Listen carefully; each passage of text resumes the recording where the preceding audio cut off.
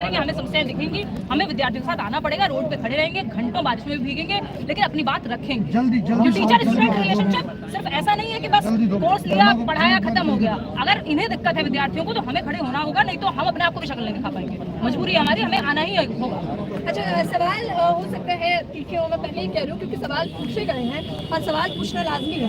कहा गया कि अब क्या शिक्षक भी ये चाहते हैं कि राजनीति में कूदना है? उनसे बहुत ऊपर स्तर है हमारा, पहले से ही बहुत आगे है। सुकून की नींद लेते हैं क्योंकि गलत नहीं करा किसी के साथ। ये रात भर डर रहे हैं, इनका इतना बड़ा डर है कि 4 साल बाद जब सरकार बदलेगी तो हम जेल में होंगे। वो डर नहीं है हमारे पास। तो शिक्षकों को राजनीति में कूदने की कोई जरूरत नहीं है, वो पहले से बढ़िया जिंदगी जी रहे। आदमी क्यों, आपको पता है ये राजनेता इनकी इतनी सपने हैं कि एक फॉर्च्यूनर कमा लें, 4 लड़के पीछे चल दें, बस इतनी है। हमारे संग अभी पूरी भीड़ चलती है और भीड़ चल रही है फॉर्च्यूनर में, पढ़े लिखों की भीड़ चलती है। अच्छा, शुरुआत में आपने एक वीडियो देखा, आपने कहा कि बाकायदा मेरी बातचीत हुई है, मुझे आश्वासन देने की भी बात कही गई। फिर अंदर क्या हुआ, फिर एकदम से कैसे पलट गया ये पूरा गेम? सुबह की बात बता रही है चेयरमैन साहब? सुबह तो एकदम ऐसा ही था। हाँ। आप देखिए तो मेरे फोन में मैसेज आया कि भाई ठीक है, आप डीओपीटी मिनिस्टर साहब से मिलेंगे और बाहर हम किसी को भेजेंगे, वो आपको अंदर ले जाएगा। बड़ी बात है। लेकिन जब वहाँ पे पहुंचे तो पुलिस ने खुद बोला, सब लोग थे, भाई 4 आदमी चलो आप, और अचानक से पुलिस की एक टोली आती है और टीचर्स को भर चली जाती है। क्या बोला गया आप उनको ऊपर से? आप यहाँ शांतिपूर्वक बात भी नहीं रख सकते हैं, इसका मतलब तो यही हुआ। कोई वहाँ से अपने पैर में चोट लेके भागा है, कोई अपने 10 महीने के बच्चे को कोई फीमेल टीचर लेकर के गई थी, वो किसी तरह से बच के निकली है। सर ने मुझे फोन किया, जंतर मंतर पहुंचो। किस तरह, सिर्फ अपनी बात रखने के लिए। ऐसा नहीं है कोई हमें शौक है राजनीति में, किसी टीचर को नहीं जा रहा, हमें सुकून से नींद आती है, बस नींद हमारी तब उड़ती है जब बच्चे की नहीं खराब होती है। तो हम वो उस बात का समाधान लेने के लिए आए हैं, अपनी बात। और अगर कोई टीचर राजनीति में जा रहा है तो राजनीति किसी बाप की बपौती है क्या कि जो टीचर नहीं जा सकता?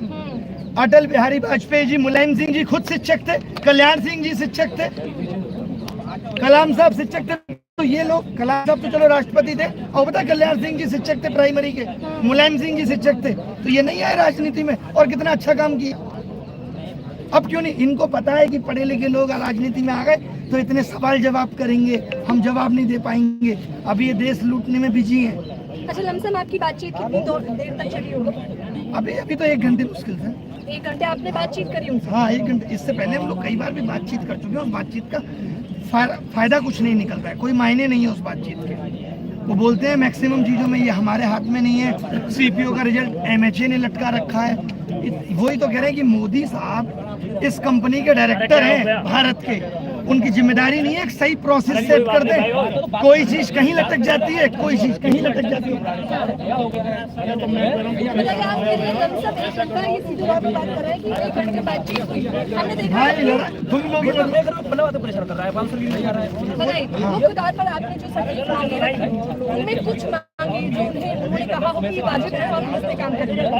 जैसे उन्होंने कहा माउस ठीक कर देंगे, तो कहने वाली बात है, कैसे ठीक कर देंगे?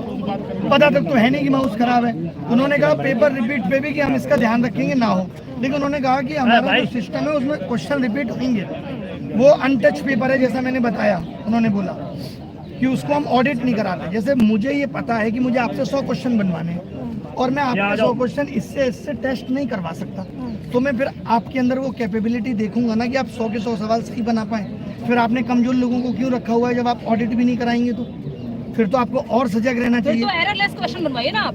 जब वहाँ एररलेस है ही नहीं चीजें, तो फिर ये तो और खराब है, ये तो और ब्लंडर है कि भाई आप ना तो चेक करा रहे हैं उसको और ना सही सवाल बन रहे हैं। तो ये तो प्रॉब्लमेटिक बात है ना, इसको ऐसे तो नहीं कह के बचा जा सकता। अच्छा, पहले पेपर लीक की समस्या, फिर सही समय पे एग्जाम ना करवाने की समस्या, अब व्यवस्था की समस्या, मतलब दिन ब दिन समस्या। वही वो नहीं कहते हिटलर साहब ने इतना तोड़ दिया कि फिर आदमी 2 वक्त की भीख को रोटी समझ के समझेगा कि यही जीवन की जीत है। उस हाल पे ले आए हैं कि समस्याएं और बड़ी बड़ी थी, लेकिन उनको कहाँ पे लाके रख दिया? कीबोर्ड और माउस पे। आप सवाल अच्छे पूछती हो, मेंस मीडिया में जाओ। मैंने NDTV में किया। और आप बहुत पैशनेट भी हैं। चलिए मुद्दे पे आ जाते हैं। तो आप मिलने की कोशिश करिए चेयरमैन साहब से और पूछिए सवाल। मैं कोशिश कर रही हूँ पर वो जवाब देने की जवाब नहीं दे रहे हैं। चलिए, आपको तो उन्होंने कोई भी संतुष्टि नहीं की इस बार तो कुछ नहीं दिया। अच्छा, आपका ये कहा जो आप लिख के लेके आए हो ये दे दो, इसे हम बहुत अच्छे से पढ़ेंगे। अच्छा, आप लिख के भी लेके गए थे सारे। पढ़ना भी नहीं आता क्या? आप ये अटैच कर रहे हैं? नहीं, उन्होंने कहा कि हम पढ़ेंगे बाद में ना, बाद में पढ़ के इन सारी चीजों पे एक्शन लेंगे। अभी रोड बनाने में अच्छा, अभी एक जो वाजिब सवाल था, देखिए मुखर्जी नगर में मैंने बाकायदा बच्चों का इंटरव्यू भी लिया, तो उन्होंने कहा बड़ी ही मुश्किल से हम एग्जाम दे पाते हैं और हम आर्थिक रूप से इतने मजबूत नहीं है, तो ये एक बड़ी समस्या है। तो क्या आपने उनके सामने रखी? नहीं, उन्होंने कहा जो बच्चा ये रखी सेम बात बताई ना कि जो बच्चे मिनिस्ट्री में जाके जॉब करेंगे तो वो इतना पेन नहीं झेल सकते। हम भी अपने टाइम में देखते थे, स्लीपर नहीं मिलती थी, जर्नल में जाते थे ट्रेवल करके। अंकल को ये एग्जांपल, ये बाबा होता था बगल में, उसको कहते थे बाबा थोड़ी जगह मुझे भी दे दो, ये सब उन्होंने बताया। तो आपको बताना चाहिए था, ये तो अमृत काल है, अमृत काल में तो सुविधाएं मिलनी चाहिए। वो इस कह रहे कि अमृत काल में यही अमृत मिल रहा है, इसको पी लो, नहीं तो जहर दे देंगे, जहर दे के मार देंगे। ये मैं अपनी तरफ से जोड़ रहा हूँ। टीचर्स को दिल्ली दर्शन कराएंगे ना, बस में बिठा के उनको अपनी बात अभी आपके कितने टीचर हैं जिन्हें प्रशासन लगभग 50 के आसपास हर जगह से शिक्षक आए हैं। 50 से 60 जिनको बस में घुमा रहे हैं एक जगह से दूसरी जगह, कैटेगरी के उनको अपनी सभी बात टीचर्स रखने नहीं दिया गया और सिर्फ बात ही रखने गए थे डीओपीटी मिनिस्ट्री, बट उनको बात नहीं रखने, उनके बीओपीटी के ऑफिस कि हम बात रखेंगे शांतिपूर्वक ढंग से। आप शिक्षक भर्ती की समस्या है तो वो बताइए, एसएससी की है तो वो बताइए, रेलवे से टीचर आए कि अपने अपने डिपार्टमेंट की अपने कैटेगरी की प्रॉब्लम्स बता पाए बच्चों को। शिक्षक भर्ती पे तो उनका जवाब ये होगा कि हम स्कूल बंद कर रहे हैं, हमें शिक्षकों की जरूरत नहीं, हमें तो हर 1 किलोमीटर पे ठेका खोलना है, स्कूल भले ही 10 किलोमीटर पे हो ना हो, क्योंकि देश को शिक्षित करने में हम कोई एफर्ट नहीं लगा रहे। हमने इस राजनीति को एक कारोबार बना दिया है, पैसा कमा के राशन बांटेंगे और सत्ता की मलाई चाटेंगे, यही है। सोचिए, एक देश का 75 साल का पीएम के सपने और इच्छाएं आज भी खत्म नहीं हो रही हैं, और हाँ, यहाँ ये लोग कहते हैं कि एक युवा देश का धक्का खाए। कितने दुख की बात है, कितने शर्म की बात है। कभी आपने सुना मोदी जी ने अपने मन की बात अपने किसी ट्वीट में कभी युवाओं का दर्द कहा हो? क्योंकि वो युवाओं को वोट बैंक ही नहीं मानते, बेचारे घर से दूर तैयारी कर रहे हैं। हम सब लोगों ने क्या किया, इन्होंने कहा हम आपका धर्म बचाएंगे, अब महाराष्ट्र में कह रहे हैं हम आपकी भाषा बचाएंगे, इस आधार पे वोट दो। तो पढ़ाई तो बहुत पीछे चली गई है। लेकिन आपने पीएम मोदी पे सीधा निशाना साध दिया। बताता हूँ क्यों, आपको ये सवाल पूछिए क्यों साधता हूँ मैं, खराब लगता है पीएम मोदी पे क्यों साधता है। आज आप किसी भी नेता से बात कर लीजिए, किसी से भी, रेल मंत्री से पूछिए रेलवे में क्या हो रहा नहीं हो रहा, पहला सब पता है क्या हुआ, प्रधानमंत्री जी के नेतृत्व में मैंने इतनी जब हर चीज उनके नेतृत्व में हो रही है तो ये धांधली और भ्रष्टाचार की जिम्मेदारी मैं किसको दूं? आपने किसी नेता को सुना जिसने कहा हो मैंने अपने दम पे ये कर दिया? नहीं, प्रधानमंत्री जी के नेतृत्व में मैंने देश की बेरोजगारी को 45 साल में सबसे ज्यादा खराब किया। ये कर रहे हैं सर, कह रहे हैं जब श्रेय उनको दिया जाता है तो हर बात जिम्मेदारी कौन सी? रेखा गुप्ता सीएम बनी, आप उनका भाषण सुनिए, प्रधानमंत्री जी के नेतृत्व में मैं आज शपथ ले रही हूँ कि दिल्ली की मुख्यमंत्री भजनलाल शर्मा प्रधानमंत्री जी के नेतृत्व में, मोहन यादव प्रधानमंत्री जी के नेतृत्व में, सब कुछ प्रधानमंत्री जी के नेतृत्व में। तो ये घोटाले और भ्रष्टाचार की जिम्मेदारी कौन लेगा? अच्छा, आपने हाल फिलहाल का बयान भी सुना होगा शिक्षा मंत्री का सीधे तौर पर कि अब मैं जेब से तो नहीं भरूंगा ना। हाँ, झालावाड़ की घटना जो आपने देखी, वही मैं तो खाली कमाऊंगा, मैं तो खाली कमाऊंगा, जेब से कुछ नहीं इस भरूंगा। तरह से पल्ला नहीं झाड़ा जा सकता। मतलब ये शिक्षा मंत्री इस तरह से पल्ला नहीं झाड़ा जा सकता। चैनल को सब्सक्राइब कर दीजिए अपडेट पाने के लिए, सब लोग चैनल को सब्सक्राइब कर दें सभी लोग। मैं कई आपको दिन पता परेशान है रही हूँ। 2017 में हम लोग आमरण अनशन सोचते थे, आज तो कोई कहे तो नहीं करेंगे क्योंकि ये तो चाहते हैं कि हम मर जाएं, हमें तो लड़ना है इनसे। आज आप सुनते हो कोई आमरण अनशन कर रहा हो? क्योंकि अब सरकार को मौतों से फर्क नहीं पड़ता। अरे वैसे इतनी जनसंख्या बढ़ रही है, जॉब देने की बात आती है जनसंख्या बढ़ गई। वैसे मैं इतने बड़े देश का प्रधानमंत्री, भारत इतना बड़ा लोकतंत्र तो बड़ा कैसे है? हमारी संख्या से ही तो बड़ा है। जहाँ फायदा लेना हो वहाँ भारत बड़ा देश है। नौकरी देने की बात आई, हम तो ये भी नहीं कह रहे सबको दो, लेकिन जो नौकरी निकाल रहे हो उनको तो सही तरीके से भरो। तो उन्होंने जवाब दिया, उन्होंने कहा जो लोग योग्य हैं उन्हें मिल रहा है रोजगार। अब आप चाहते हैं कि सबको रोजगार दिया जाए, वो संभव नहीं, योग्यता पे निर्भर करता है आपका। पेपर देने नहीं दे रहे हो, कैसे पता चलेगा योग्य कौन? जो लोग ग्रेजुएट होके आ गए उनको योग्यता या स्किल देने की जिम्मेदारी किसकी थी? सिंगापुर में 6वीं क्लास का लड़का पेचकस और प्लास लेके मोबाइल खोल देता है, चाइना में लड़का 7वीं क्लास का कैपेसिटर बना देता है। ये जिम्मेदारी किसकी थी? इन्होंने तो एजुकेशन पॉलिसी को ही नहीं अपडेट किया। जो किताबें हमारे पिताजी ने पढ़ी वो हमने पढ़ी, तो ये जिम्मेदारी किसकी है? स्किल देगा कौन सा? नई शिक्षा नीति तो लेकर आए थे आप लोगों के लिए, लाए थे, वो सिर्फ कागजों पर रह गई, सीईटी भी कागजों पर रह गई, लेके तो ये लोग बहुत कुछ आते हैं। बट उसको लेके आने का आप मायने सोचिए कुछ नहीं। उस नीति को लाने के बाद बदलाव कितना हुआ है शिक्षा नीति में। आप ये देखिए ना 2021 की शिक्षा नीति है, इतना बदलाव आप अरे अनपढ़ लोग शिक्षा नीति बनाएंगे तो कैसे देश आगे चलेगा बताइए। अच्छा एक सवाल जाहिद आप एक सवाल जो आप लोगों के भी जहन में होगा कि सर ने ऐलान किया, तमाम शिक्षक भी आ गए, तमाम छात्र भी आ गए, तो अब क्या जो आप लोगों पे अभी भी टकटकी लगाए देख रहे हैं वो क्या करें? चलिए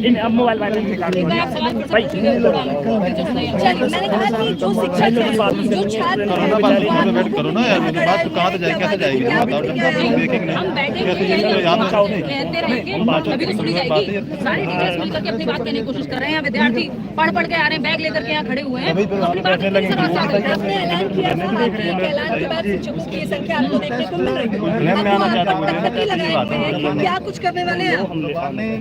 देखिए मैं तो सबके साथ इस आवाज को ही बुलंद करना चाहता हूँ और पूरी कोशिश है कि शाम तक डीओपीटी से मुलाकात हो। अभी भी उसी फिर से मुलाकात करना चाहते हैं आप? हाँ बोल रहे हैं वो लोग, बोल रहे हैं कि करेंगे। अभी संसद में संसद चल रही है, अब संसद 11 बजे चलेगी, 12 बजे चलेगी, देखते हैं कब तक चलेगी।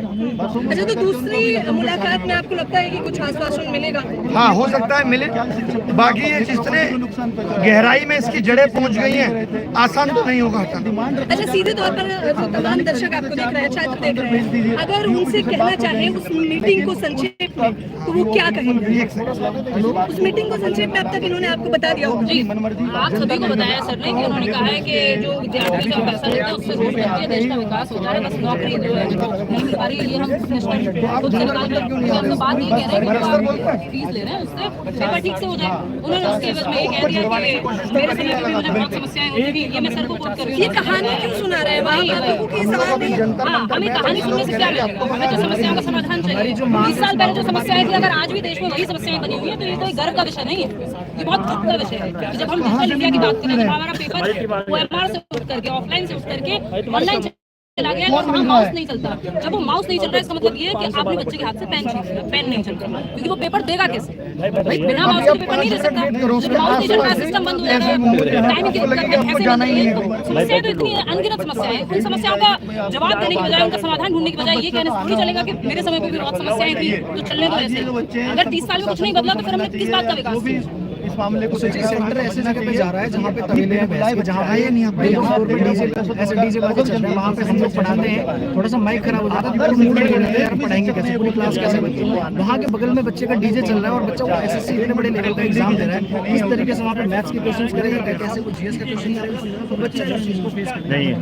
है यार, मेहनत की जो डिमांड कर रहे हैं, डिमांड को वो पूरी तरीके से नकार रहे हैं, तो पता ही नहीं है कि समस्या है, उसको वो अपने खराब में नहीं कर रहे हैं, उसको बोल रहे हैं बहुत समस्या है, नॉर्मल मेहनत खराब हो रही है, इसको बहुत नॉर्मल ये चाहे रेलवे की बात करना, चाहे किसी आज तो बैठ जाओ, एग्जाम बहुत ही गलत तरीके से जो एजुकेशन पॉलिसी इसमें बिल्कुल भी काम नहीं हुआ है। और हम जब तक यहाँ पे बैठे हुए हम पूरी डिमांड करेंगे जबकि यहाँ से लड़ाई लड़ना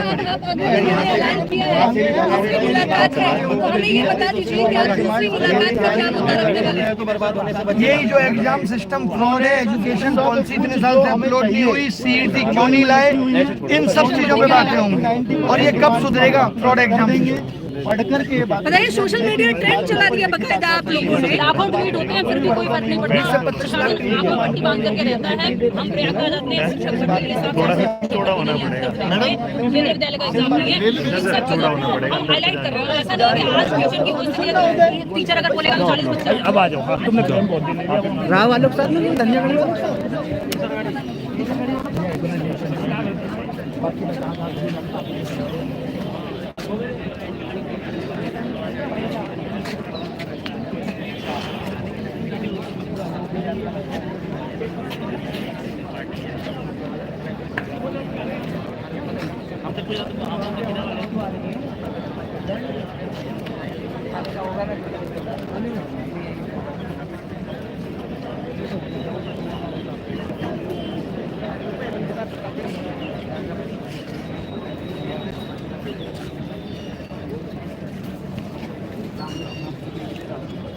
सभी लोग चैनल को सब्सक्राइब कर दीजिए अपडेट पाने के लिए, जिससे कि आपको टाइम टाइम पर अपडेट मिलता रहे, वीडियो आता रहे आपके पास। सब्सक्राइब कर दें सभी लोग। जिससे कि आपको अपडेट मिलती रहे।